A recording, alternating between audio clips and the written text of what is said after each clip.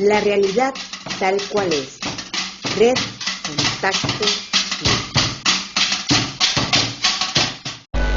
Contacto Sur, desde Montevideo, Uruguay, una vez más, y vamos a hablar con Jorge Serrano. Él es analista político ecuatoriano. Vamos a ver la realidad. Pedimos las disculpas del caso, hubo unos pequeños desajustes en lo que fue nuestra grabación del video por Skype, pero bueno, vamos a seguir porque se perdió apenas unos segundos de la entrada nada más, y seguimos en contacto.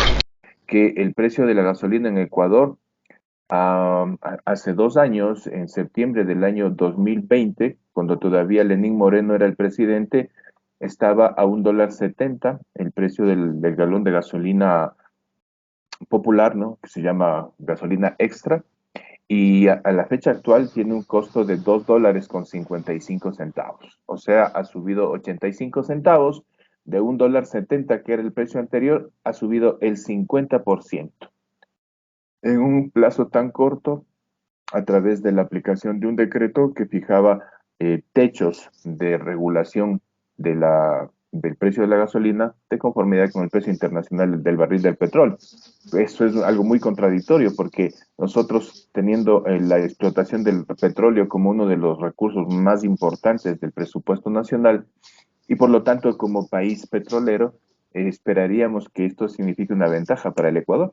Y ahora resulta lo contrario, que cuando el precio del petróleo sube, aquí también tienen que subir los precios del galón de gasolina. O sea, es una tristeza ahora que el precio del petróleo, del barril de petróleo suba, porque le toca pagar a la clase media y a los sectores populares el precio del galón en esta forma diferenciada.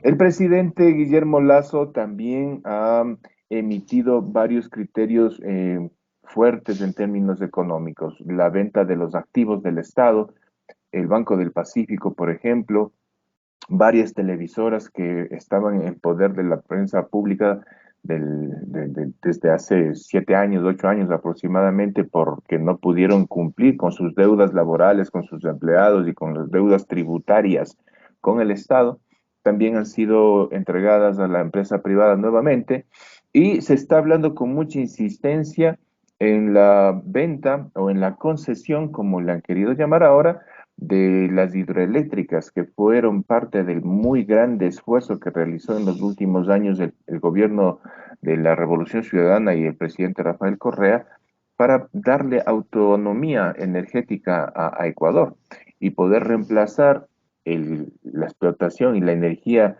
del petróleo por energía sana, que era la hidroeléctrica, ¿no? Nosotros como país habíamos construido alrededor de 5 hidroeléctricas en los últimos años del gobierno del presidente Correa, y esto en realidad nos cambió en las condiciones de ser importadores de energía eléctrica, ahora a ser exportadores. Perú y Colombia permanentemente están comprando este insumo, y responde ya a una importante franja del presupuesto nacional.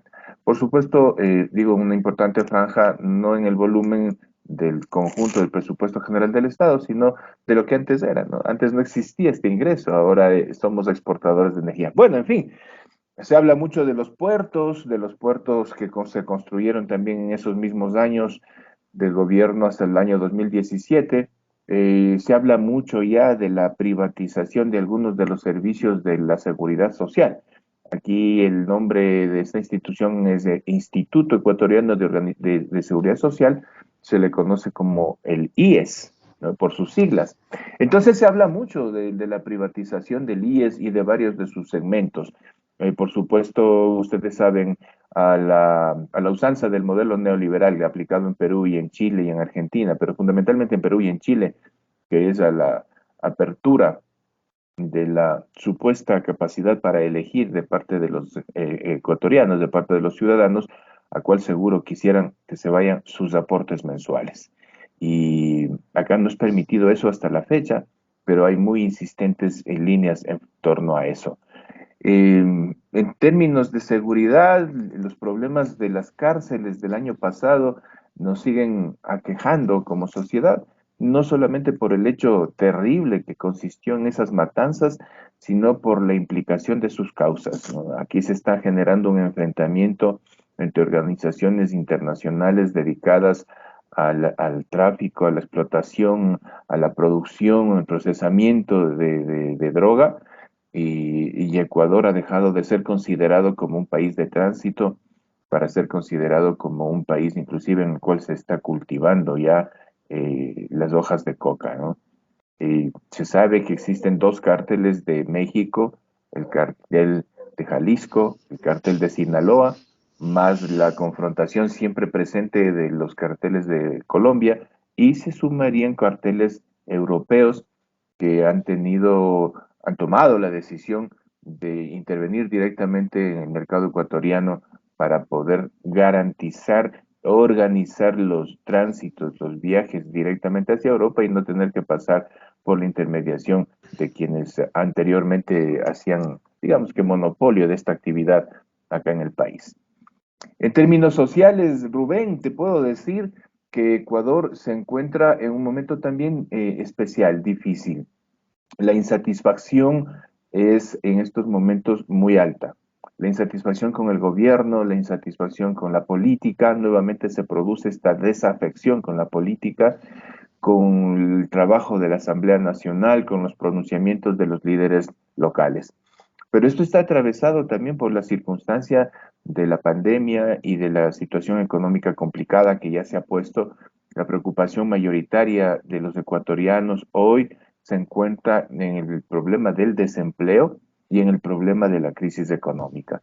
Desempleo ocasionado ya por la aplicación también del achicamiento del Estado, que es otra de las tesis del neoliberalismo, ustedes saben, y en las ciudades en las cuales el Estado tiene gran parte de sus sedes, como es el caso de Quito, por ejemplo, la capital de Ecuador, los niveles de desempleo son altos, son altos. En todas las ciudades de Ecuador, pero para tomarlo como ejemplo a la capital, sí, los niveles de desempleo son altos y la gente está tratando de resolver su situación económica y por lo tanto no demuestra tener todavía mayor preocupación por enfrentar la situación política nacional. Las organizaciones sociales grandes como la CONAIE, que es la Confederación Nacional perdón, la Confederación de Nacionalidades Indígenas de Ecuador, o las organizaciones de trabajadores, las centrales laborales, no logran tener un paso adelante, a pesar de que el año anterior hicieron pronunciamientos de que desde este mes de enero se producirían movilizaciones en todo el país para poner un punto final, un punto de llamado de atención a esta política que está aplicando el gobierno nacional. Y esto se produce en estas circunstancias, sin embargo, de lo cual el impacto de la pandemia ahora en el mes de enero es tan fuerte, eh, ha venido ya con absoluta contundencia el Omicron, la variante de Omicron, pero esto está producido justamente porque en los meses de octubre, noviembre y diciembre, desde el gobierno y desde el mercado se impulsó totalmente la presencia, la visita de los ciudadanos a los centros comerciales y a los puntos del mercado de mayor conglomerado, para movilizar las compras para diciembre, pues no para las navidades y el final del año. Y en esos momentos no había absolutamente nadie que dijera no lo hagan o que exista aislamiento social. No existía. En esos momentos lo que existía era el llamado que mucha publicidad por televisión, por los medios de comunicación de señal abierta y la gente, lamentablemente, en una falsa seguridad por haber recibido las vacunas, se volcó hacia los sitios de conglomeración y obviamente al terminar diciembre, ya en enero de este año, las cifras de contagios y de demanda de camillas en los hospitales públicos y en las clínicas privadas y también de las unidades de terapia intensiva, las UCIs, son muy altas y es un problema muy grave ahorita.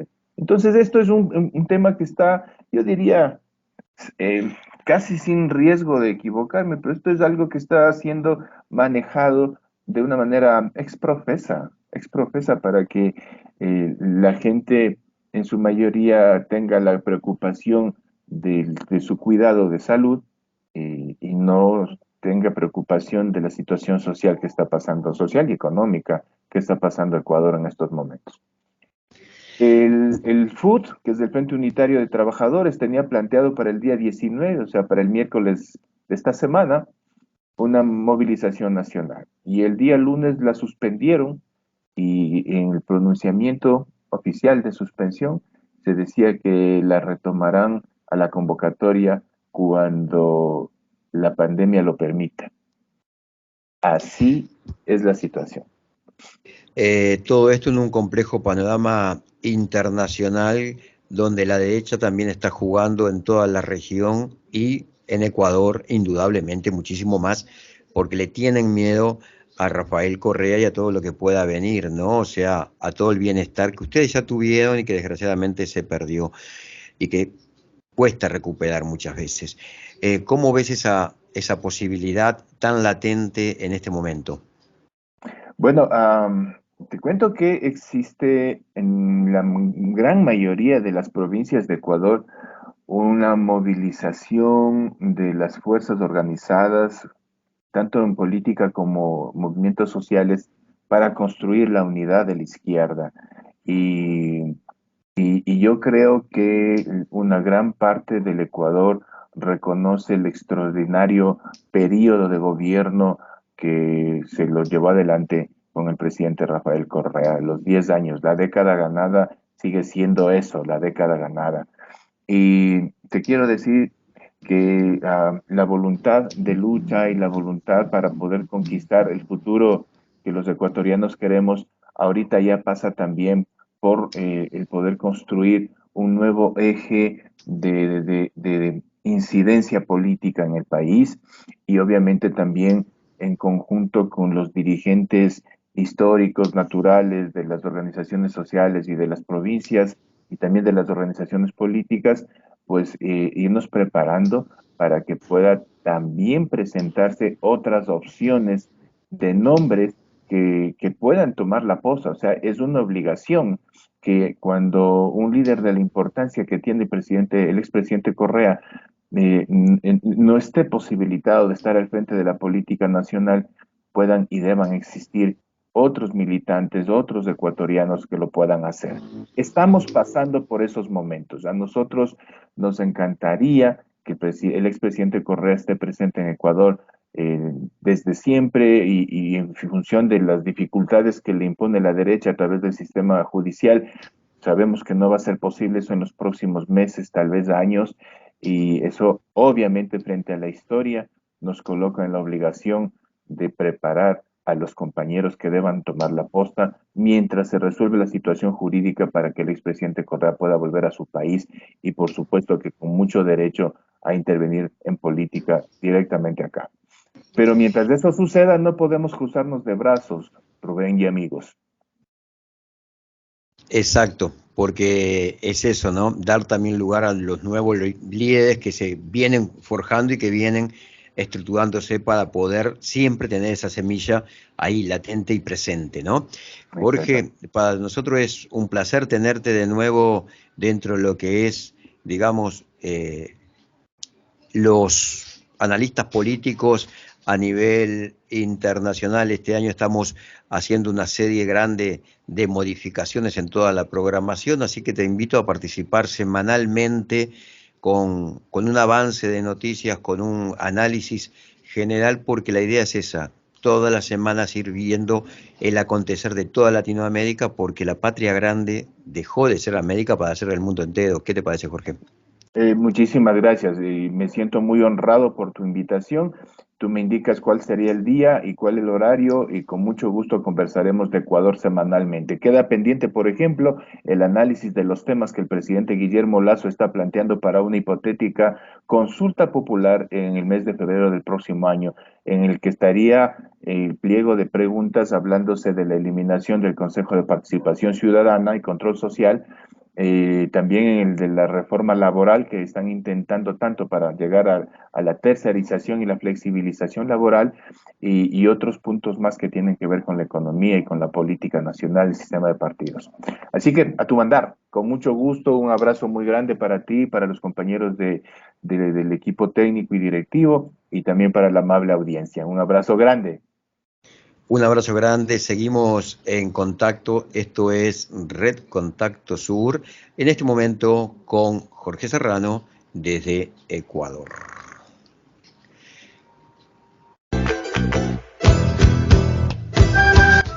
Nos despedimos por el día de hoy, esperándolos en el próximo programa. Equipo de comunicación, Ariana Rueda y Rubén Suárez.